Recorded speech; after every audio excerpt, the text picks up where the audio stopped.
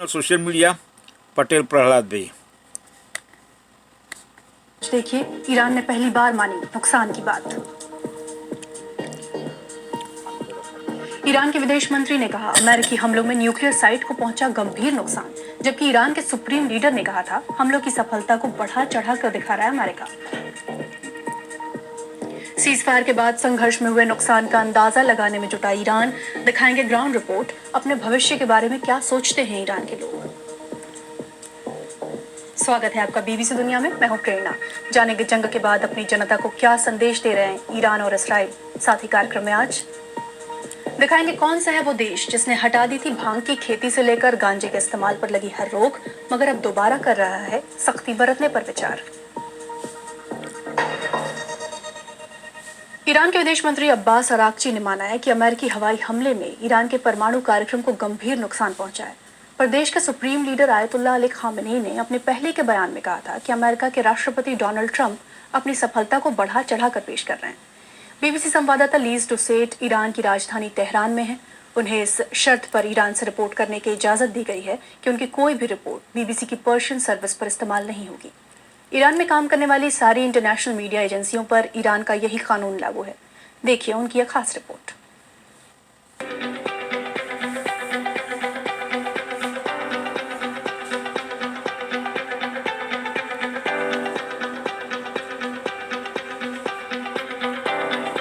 Iran के सरकारी television के इसी स्टूडियो से सर्वोच्च नेता के भाषण प्रसारित होते थे, लेकिन अब नहीं। संघर्ष के दौरान इसराइल ने स्टूडियो को भी निशाना बनाया था।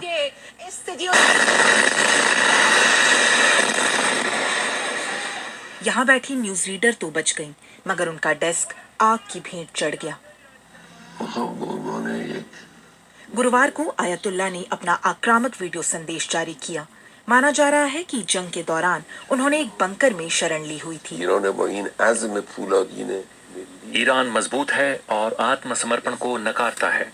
जो ईरान को जानते हैं उन्हें पता है कि हमारे लिए आत्मसमर्पण करने का ख्याल आना भी हंसी लायक है। नाजुक संघर्ष विराम जारी है। सड़कों पर ट्रैफिक, खूबसूरत बाजार और शहर छोड़ने को मजबूर हुए लोगों की वापसी, ये इस बात के सबूत हैं कि तेहरान में रौनक लौटने लगी है। लेकिन कुछ के लिए अभी भी जिंदा रहने की जंग जारी है। इस वार्ड में सैनिक नहीं बल्कि आम नागरिक भर्ती हैं। मुर्तजा हमें अपने घाव दिखा रहे हैं। देश की कुख्यात एविन जेल के एंट्री गेट पर जब धमाके हुए तब वो वहीं ट्रांसपोर्ट डिपार्टमेंट में काम कर रहे थे।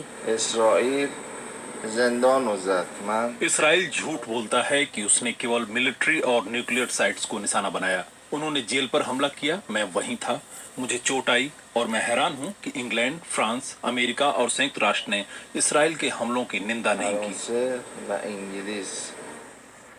वीरान पड़ा ये अमेरिकी दूतावास पश्चिम के साथ ईरान के उठापटक भरे रहे रिश्तों का प्रतीक है। ईरान पर आतंकवाद को बढ़ावा देने और परमाणु बम बनाने की कोशिश के आरोप लगते हैं, जिन्हें ईरान खारिज करता है। अमेरिकी दूतावास रही इस जगह पर एक कैफे है।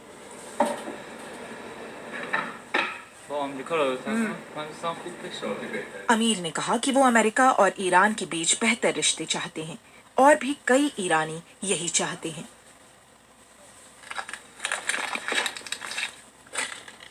लेकिन ऐसे वक्त में इसकी उम्मीद कम ही नजर आती है। जनता के बीच भले ही हिम्मत भरा संदेश दिया जा रहा हो, लेकिन राख हो चुका ये स्टूडियो दिखाता है कि ये वक्त ईरान के लिए कितना अंधकार भरा है।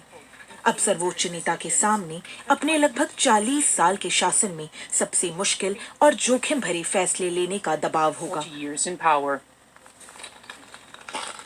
एक पुरानी जंग का नया और निश्चितता भरा अध्याय शुरू हो गया है। बीबीसी संवाददाता लीज डुसेट की रिपोर्ट। और इसराइल ईरान में फिलहाल संघर्ष विराम कायम है। इसराइली सरकार की तरफ से भी कुछ कड़े बयान आ रहे हैं। इस बीच इसराइल के रक्षा मंत्री ने कहा है कि अगर संभव होता तो इसराइल ने इस जंग के दौरान ही ईरान के सुप्रीम लीडर को मार दिया होता। अब दोनों देशों में कैसा माहौल है, यरूशलेम से और जानकारी दे रहे हैं बीबीसी संवाददाता Dan Johnson. Yeah, the message to the Israeli people is that the इस जंग के बाद दोनों देशों की बातें बिल्कुल बदली हुई हैं। US were 2 हफ्ते पहले तक इसराइल अपने वजूद को ईरान से खतरा बता रहा था। अब ये संदेश दिया जा रहा है कि ये खतरा खत्म हो चुका है। वहीं ईरान कह रहा है कि भले ही उसका परमाणु हथियार बनाने का मकसद ना हो, लेकिन उसके पास परमाणु क्षमता अभी भी है। abilities, albeit not an ambition to build a nuclear weapon. America ने गजा में एड बांटने के काम में लगी संस्था गजा ह्यूमैनिटेरियन फाउंडेशन, जिसे GHF भी कहते हैं, उसे $3 करोड़ की फंडिंग देने को मंजूरी दे दी है। ऐसा पहली बार हुआ है जब अमेरिका ने खुलकर GHF को आर्थिक मदद दी है। UN और बाकी एड ग्रुप्स ने GHF के साथ काम करने से इनकार कर दिया है। UN का कहना है कि जब से इस संस्था ने काम शुरू किया है, तब से आज तक मदद लेने आए 410 से ज्यादा फलस्तीनियों की इस्राएली फायरिंग में मौत हो चुकी है। बात अब साउथ ईस्ट एशियन देश थाईलैंड की, जिसने गांजे को कंट्रोल करने वाले लगभग सभी नियम हटा दिए थे। अब ये देश ऐसे टूरिस्ट के लिए एक बड़ा आकर्षण है जो गांजा लेना चाहते हैं, लेकिन हाल में कई विदेशी नागरिक तस्करी करते पकड़े गए। इनमें से ज्यादातर ब्रिटिश नागरिक थे। अब सरकार सिर्फ दवा के तौर पर इसके इस्तेमाल को मंजूरी देने की योजना बना रही है। देखिए BBC संवाददाता जॉनथन हेड की रिपोर्ट। एशिया के सबसे बिजी एयरपोर्ट्स में से एक बैंकॉक के सुवर्ण भूमि एयरपोर्ट पर ये कस्टम ऑफिसर्स हमेशा अलर्ट रहते हैं। हर रोज उन्हें कुछ खुफिया जानकारियां मिलती हैं और वो ज्यादातर यंग ट्रैवलर्स को रोकते हैं जिनके पास नए सूटकेस होते हैं। जब ये सूटकेस खोले जाते हैं तो इनमें थाईलैंड में उगाए गए गांजे के पैकेट मिलते हैं, जिन्हें ब्रिटेन ले जाया जा रहा होता है। We're now in one of several rooms where Thai customs. हम अभी उस कमरे में हैं जहां कस्टम अधिकारी जब्त किए गए सूटकेस रखते हैं। यहाँ ज्यादातर सूटकेस ब्रिटिश ट्रैवलर्स के हैं। हमें बताया गया कि यहाँ करीब 200 सूटकेस हैं और सभी में गांजा भरा है। यहाँ पिछले 1 महीने में लगभग 3 टन गांजा पकड़ा गया है। थाईलैंड में अब गांजे की पैदावार और बिक्री पर कानून इतने ढीले हैं कि तस्करों को या तो बहुत हल्की सजा मिलती है या कोई सजा ही नहीं होती। Either very light penalties or no punishment at all. लेकिन जैसे ही वो थाईलैंड से बाहर निकलते हैं, उनके लिए मुश्किल शुरू हो जाती है। पिछले महीने 2 ब्रिटिश महिलाओं को श्रीलंका और जॉर्जिया में हिरासत में लिया गया। उन पर थाई मेहरबाना ले जाने का आरोप था। पिछले 1 साल में ब्रिटेन में सैकड़ों लोगों को पकड़ा गया है जो थाईलैंड से अपने बैग में गांजा ले गए थे। अब उन्हें जेल की लंबी सजा हो सकती है। Some of these couriers are exploited. इनमें से कुछ तस्करों का शोषण किया जाता है, कुछ कमजोर होते हैं और उन्हें इसका अंदाजा नहीं होता कि ये कितना गंभीर अपराध है। क्या आपको लगता है कि तस्करों को ये पता नहीं होता कि पकड़े जाने पर कितना बड़ा जोखिम होता है? I don't think that they appreciate the risk. मुझे नहीं लगता कि शुरू में उन्हें इसका अंदाजा होता है। 3 साल पहले जब थाईलैंड ने marijuana को वैध बनाया तो पूरे देश में इसकी दुकानें खुल गईं, दाम गिर गए और स्मगलिंग गैंग्स ने मौके का फायदा उठाया। अब थाईलैंड की सरकार ने इस पर कार्रवाई करने का फैसला किया है। पिछले महीने स्वास्थ्य मंत्रालय ने वादा किया था कि अब marijuana के इस्तेमाल के लिए मेडिकल सर्टिफिकेट की जरूरत होगी। साथ ही और भी नियम बनाए जाएंगे। मगर यहाँ बड़े पैमाने पर गांजा खरीदना कितना आसान है? प्रस्तावित नए कानून के खिलाफ प्रदर्शन कर रहे स्थानीय किसानों से मैंने यही जानने की कोशिश की। Kumboy, if I wanted to buy अगर मैं 46 किलो गांजा खरीदना चाहूं तो क्या मैं आपके खेत में आकर ये ले सकता हूं? No. हमें पता चला कि ये आसान नहीं है। इस किसान ने मुझे लाइसेंस दिखाया। वो सिर्फ लाइसेंस वाली दुकानों को ही बेच सकते हैं, वो सीधा ब्रिटिश तस्करों को नहीं बेच सकते। इसे अपराध की श्रेणी से हटाने के लिए अभियान चलाने वालों का कहना है कि जरूरत और नियमों की नहीं, बल्कि उन उत्पादकों के खिलाफ कार्रवाई करने की है जिनके पास लाइसेंस नहीं है। उन्होंने सस्ते गांजे से बाजारों को भर दिया है। अगर सरकार पुराने नियमों को ही सही से लागू करे तो तस्करी जैसी समस्याएं बहुत कम हो सकती हैं, जैसे बिना लाइसेंस बिक्री बंद करवाना। तो क्या वीड को लेकर थाईलैंड का एक्सपेरिमेंट खत्म हो गया है? अभी इस बारे में कोई नहीं जानता, लेकिन इतना जरूर साफ है कि बड़ी उम्मीदों से शुरू हुई ये इंडस्ट्री अब लड़खड़ा गई है और अब ब्रिटेन जैसे देशों का दबाव बढ़ रहा है। इसलिए सरकार इसे काबू में लाना चाहती है। BBC संवाददाता जॉनथन हेड की रिपोर्ट।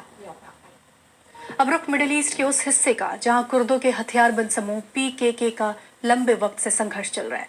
40 सालों से तुर्की के खिलाफ विद्रोह कर रहे PKK के नेतृत्व ने कहा था कि जल्द ही वो संगठन को भंग कर हथियार छोड़ देंगे। कुर्द लोगों को ज्यादा अधिकार दिलाने के लिए लड़ रहे इस ग्रुप को तुर्की, यूरोपीय संघ, ब्रिटेन और अमेरिका ने आतंकवादी संगठन घोषित किया हुआ है।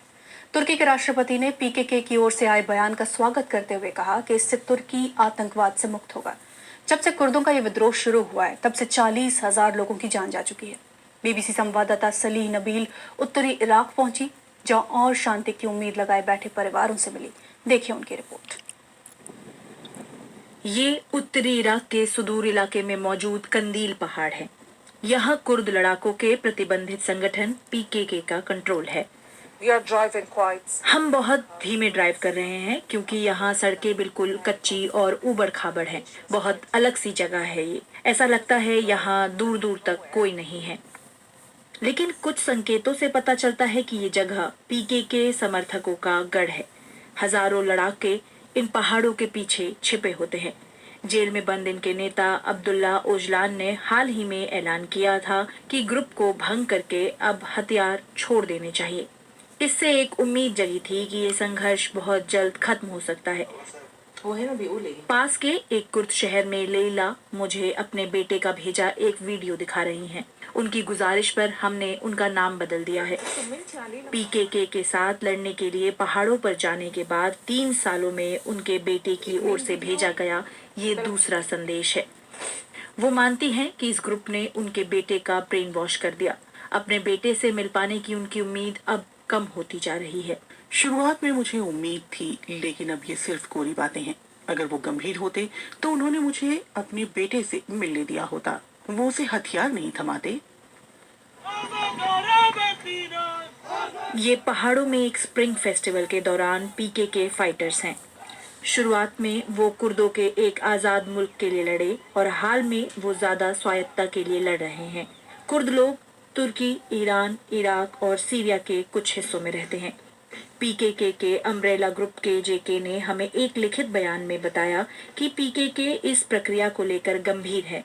उन्होंने जोर दिया कि जेल में बंद उनके नेता को रिहा किया जाना चाहिए और कहा कि इस प्रक्रिया को आगे बढ़ाने के लिए तुर्की को उनकी मांगों की फेहरिस्त माननी होगी।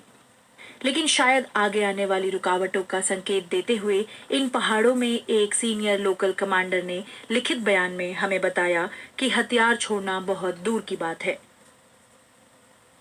Remember how excited you were when Junior finally went off to college? Well, now college is over, Mom and Dad, and here comes Junior student loan debt. Is private student loan debt wrecking your family's life? You really need to talk to. ये साफ नहीं है कि PKK को आतंकवादी समूह घोषित करने वाले तुर्की के नेता इस संघर्ष को खत्म करने के लिए किन शर्तों पर राजी होंगे। तुर्की कहता है कि पीकेके को भंग होकर बिना किसी शर्त के अपने हथियार सौंपने होंगे। पीकेके फाइटर रहे कावा महज 21 साल के थे जब 2 साल पहले उन्हें मार दिया गया। उनकी बहन 2019 में कंदील में हुई उनसे अपनी आखिरी मुलाकात को याद करती हैं।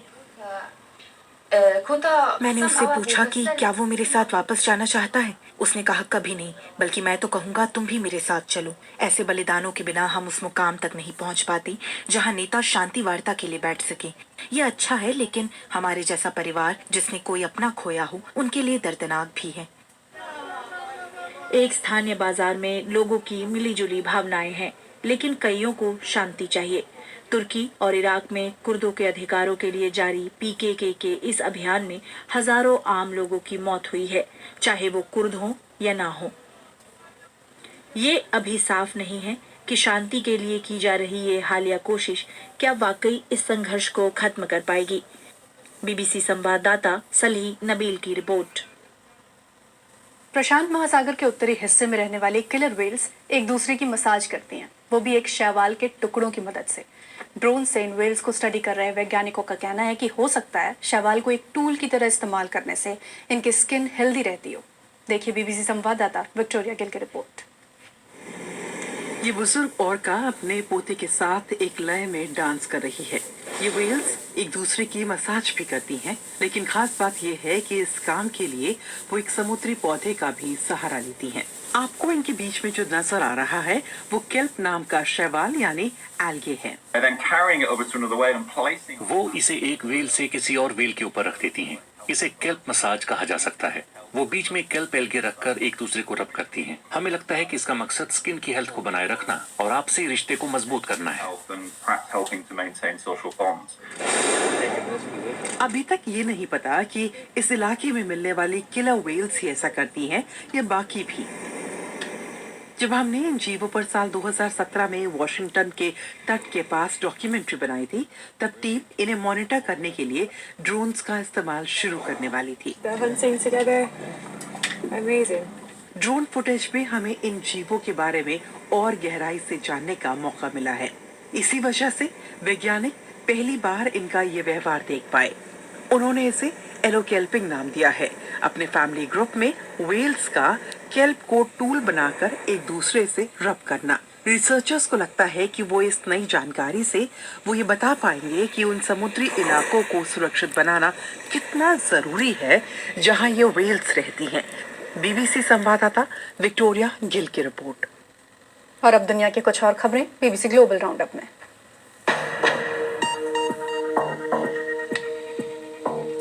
चीन अमेरिका को रेयर अर्थ मेटल्स एक्सपोर्ट करने के लिए राजी हो गया। बदले में उसे मॉडर्न अमेरिकन कंप्यूटर चिप्स मिलेंगे।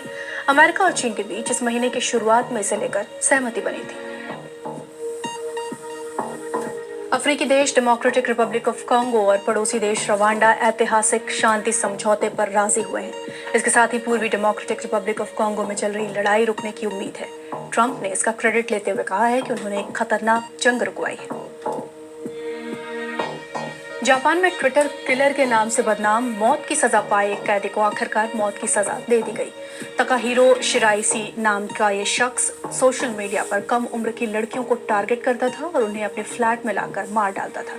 2020 में उसे 9 मर्डर्स के लिए सजाए मौत सुनाई गई थी।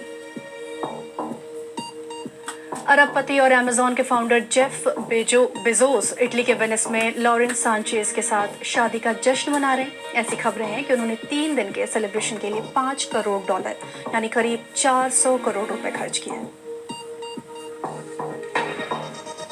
और आपने डॉल्फिन शोज के बारे में तो जरूर सुना होगा, कईयों ने इसे देखा भी होगा, लेकिन क्या कभी इस नजरिए से इसे देखने की कोशिश की है कि ये क्रूरता भी हो सकती है?